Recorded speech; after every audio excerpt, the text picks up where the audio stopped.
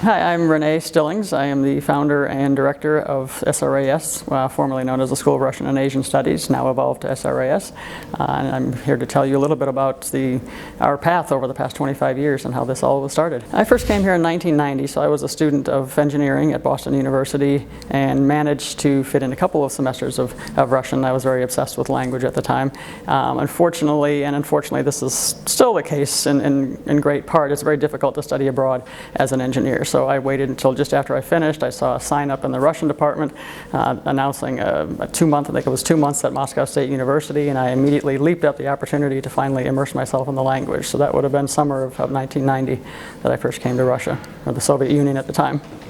Honestly, and this is sort of the interesting part, is that I think I had really no idea necessarily of Russia, contrary to the Soviet approach of, you may call it propaganda, which was to talk a lot about the West or the negatives of the West, of capitalism.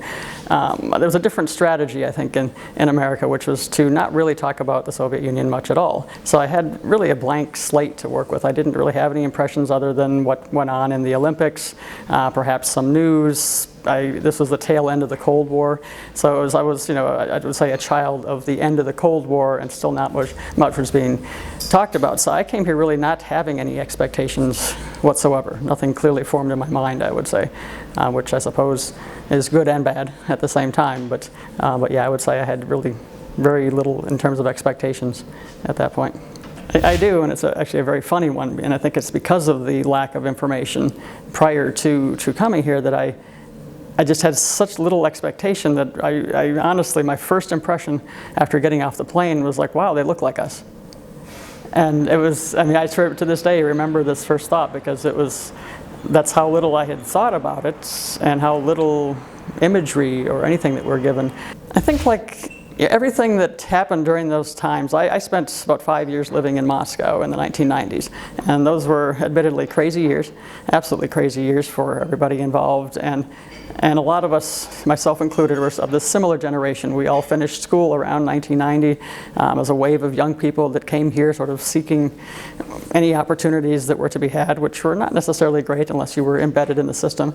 But we made our contacts, spotted some opportunities. I was involved with several other projects as well, and then this sort of evolved along the way. And so it's I think, very much like anything that happens in the world. When the right people come together and an idea takes shape, an opportunity is presented to you, you choose certain paths. And I went along a path that was initially involved with multiple people over time, and it just sort of took on a life of its own, and ultimately ended up with my forming and reforming the company itself in 1996.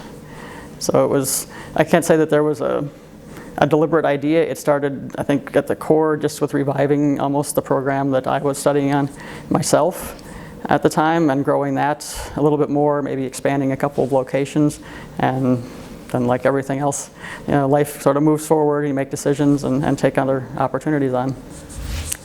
Slowly, I would say. It's the hazards of a very small organization, is that you really have to find the right mix of people over time, and it's I would say in its early stages it was more of a, not really deliberately looking for somebody, but just sort of finding the right person that made sense at the time. So I think that Josh was the first to join the team as somebody who was on an SRAS program that we became familiar with, had worked on some projects, and that just gradually grows. Lisa, who joined us later as well, similar situation where she had studied on one of the SRAS programs and grew into a position with us. So it's been very organic in that sense, at least in the very early stages, in terms of students who had already had familiarity, were enthusiastic about SRAS, and interned with us over time, and that just grew into a position. Now we're at a stage where we're, I would say, growing a little bit more deliberately, looking at the positions that we need to fill, and that really, I think, affected our last two positions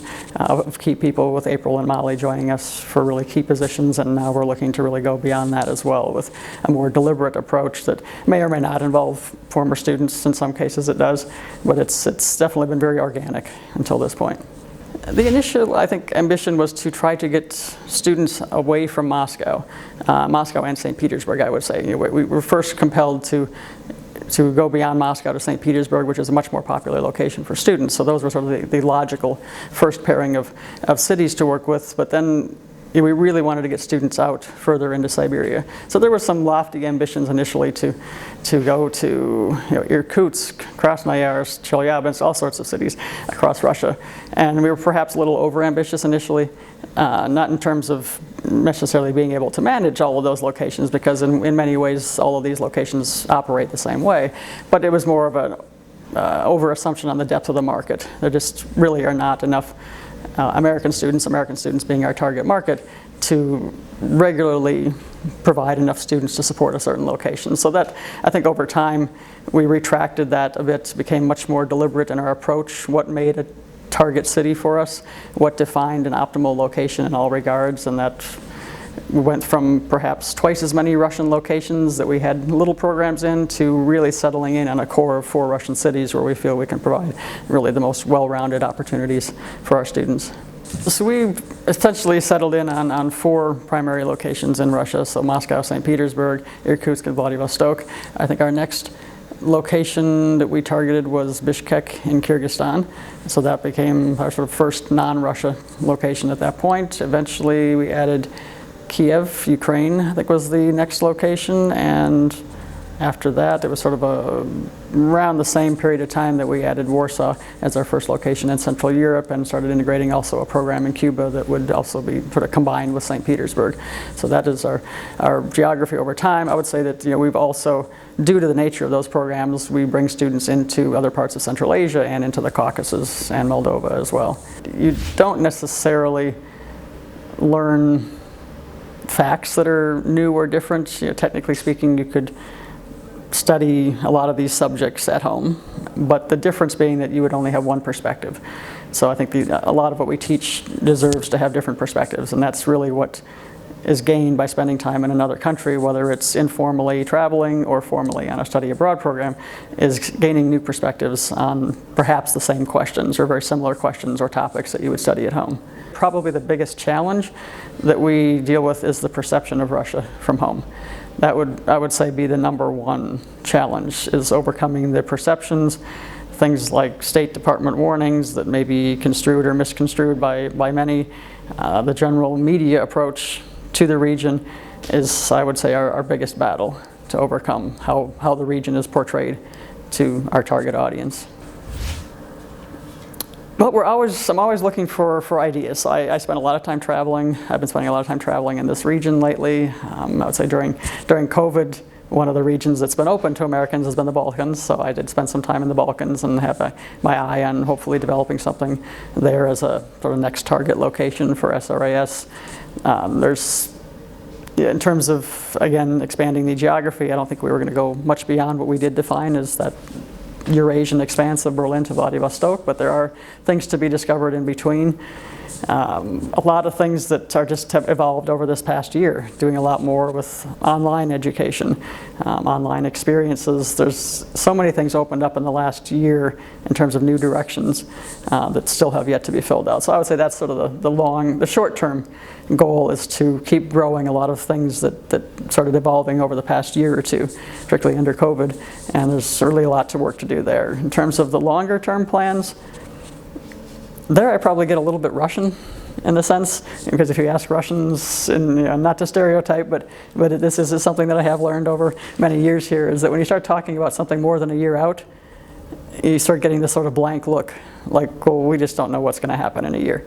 And I think a lot of us learned this lesson over the last 2 years, that it's quite difficult to completely project that far out.